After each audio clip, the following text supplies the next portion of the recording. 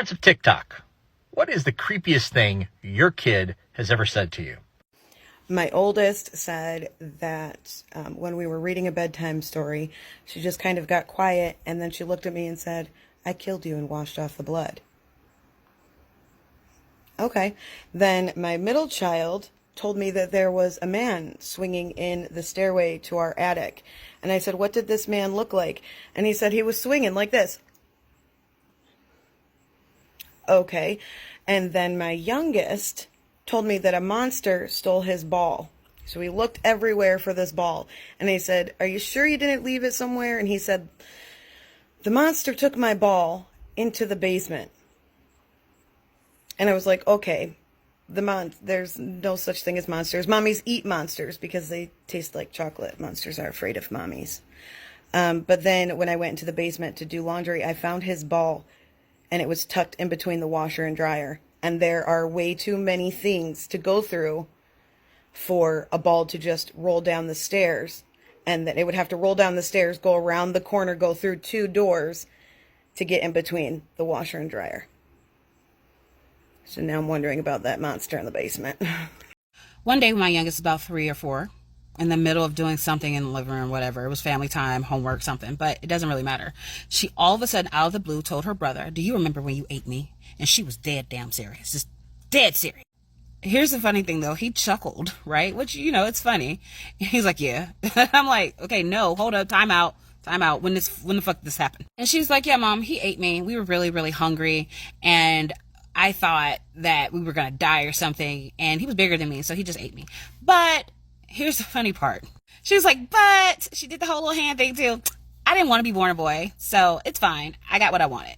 And I'm like, what? Mind you, when I was pregnant with my son, I was actually pregnant with identical twins. Twins run in my family. Multiples run in my family, naturally. Okay. So I was excited, but I couldn't hold food down or what have you, to the point that I had to be monitored and I had to be put on IV and things of that nature multiple times a week, just to make sure I got the nutrients and stayed hydrated. And I was doing better. They wanted to do another ultrasound to make sure that the babies were okay. But when they did it, they only saw one baby and 2 umbilical cords. Like, the other umbilical cord was just hanging there with nothing else. So, being a young new mom, I've watched stuff, right? I've watched TLC, Discovery Channel. I was like, oh, did they merge? Like, how is that going to work? And the doctor's like, no, actually, that happens way earlier. They did not merge. He's like, this happens rarely, but it does happen. And I'm like, what? He tells me, he's like, well, remember, you had to be monitored and put on IV and all that because you weren't getting as much nutrients that you should for you and the baby. It's like, yeah. He's like, well, it seems like the surviving child ate the other child. And I was like a damn shark? He was like, yeah, like a shark. Yeah, that sums it up. I was like, so what the hell? Like, do we need to do blood tests? He's like, no, it's fine. I mean, this baby is nice and healthy and big. I was like, oh, okay. But I never told my children that. I never told any of my children until that day. That's when I told them that story. Like, never told them any of that. I was like, yeah, so sit down. We need to have a conversation. And my youngest, she knew exactly. She's like, yeah, I know. My son, he's a boy. He doesn't talk a lot about that stuff, but he knew. But that's the funny part. She knew everything, and she was happy to come back as a girl. So there you go. I say, hey y'all, so this is part 2.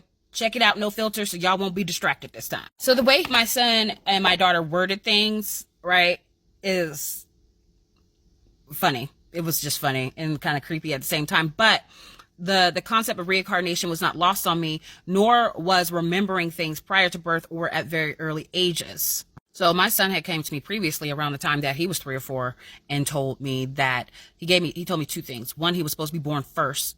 And he was upset with his older sister for her being born first. But he told me that. He said, "Mommy, you wasn't ready to be a mommy yet." And I said, okay, baby, that's fine. I wasn't ready to be a mommy yet. You're right. I absolutely understand. The second thing he told me was he was like, Mommy, I had a brother, but he didn't make it. But he's going to come back. So don't worry. He was so nonchalant about it. Like, I was like, what brother? Like, because I hadn't told him anything about his pregnancy other than, I had bad morning sickness and, the the story of his birth, my water breaking, all that. I didn't tell him anything about the ultrasounds or anything of that nature. The only thing he would say is he didn't make it. He would not give me any details, even though now I think he knew the details, but that's my son. Like, he doesn't want to cause unnecessary drama or hurt on someone if he can avoid it. But light bulb hit me when he told me that, because I also remembered when some of my past lives and told my mom that I was very sorry that I wasn't born a boy this time. And up until I was like 12 or 13, my mom did not tell me that she was pregnant prior to me. And she was pregnant with identical boys. And they shared the same sac. And she miscarried, and they weren't able to save them. Because she miscarried one. She was out at like Junie's or some shit like that in the restroom. And she miscarried it in the toilet. And she brought it to her to the hospital. But that baby had taken the sac with it. So by the time they got there, they just had to take the other baby out. It was already dead. And I told her, I said, my other brother isn't coming back to you. And I don't think she liked that very much. You know what I'm saying? But, so in my most recent past life, I was supposed to be born to my mom, a boy. But for whatever reason, I was not. And I was very sad because I wanted to make sure I could protect her. And being so small in this life, not right now, like I'm thicky thick, okay? But being so small when I was early part of life, I feared that I wouldn't be able to protect her. Hence my love of knives. Mommy, what are you doing? Well, all my kids have moved out and there's nobody in my house but me. That was kind of creepy. This actually happened this week. So I thought it was a good idea to take all my kids to the beach, and we're hanging out and we all go out into the water. I have a 7-year-old, a 6-year-old, and a 3-year-old that can play in the water with me. I lay face down in the water acting like I'm like lifeless or whatever. My daughter climbs on top of me. She's doing like trying to hold me down and laughing. My oldest boy is trying to pull me up out of the water to save me. And my fucking 3-year-old is saying, die, die, die, die, die. That fucked me up already, right? So the following day comes along and I'm chilling on my sofa and I have something that my son wants. He says, Daddy, give it to me. And I'm like, no. He says, give it to me. And I'm like, no. Then he says, I'm gonna take it.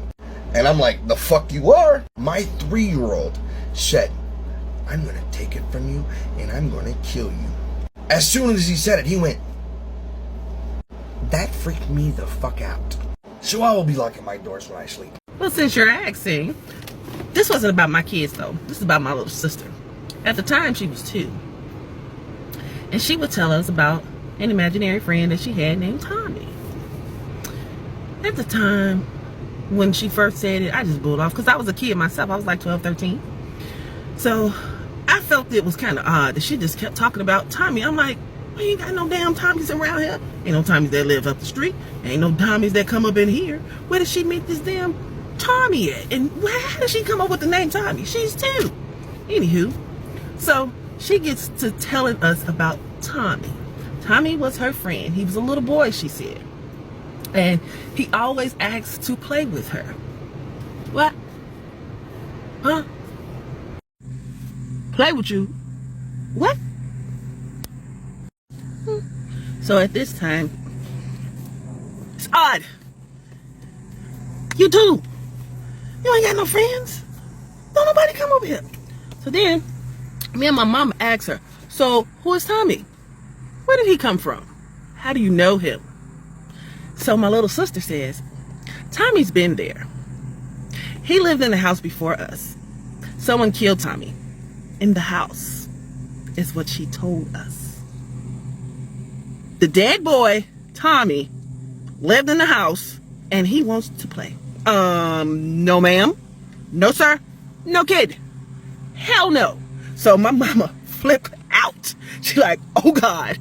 She got salt, brick dust, sage, you name it, to try to cleanse that house of this Tommy evil spirit. So my mama do all her cleansing rituals, thinking Tommy stank ass was gone. Oh no, Tommy wasn't gone. So we chilling. We know how kids are, 2-year-olds, 3-year-olds and shit. They dart off, right? So we noticed my little sister had disappeared. So mother goes to look for her. And she finds her upstairs in our bedroom.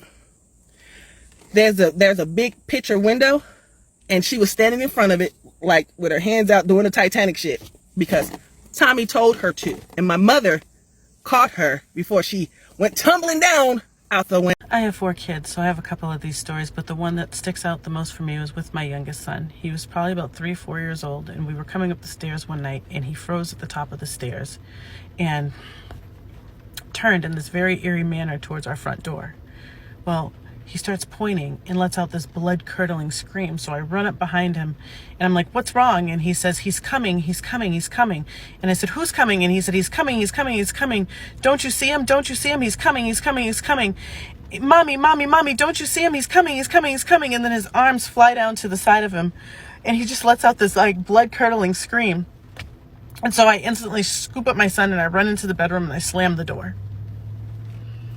Well, the next day, the guy who lived across the street from me had cancer, and I find out he had passed that night.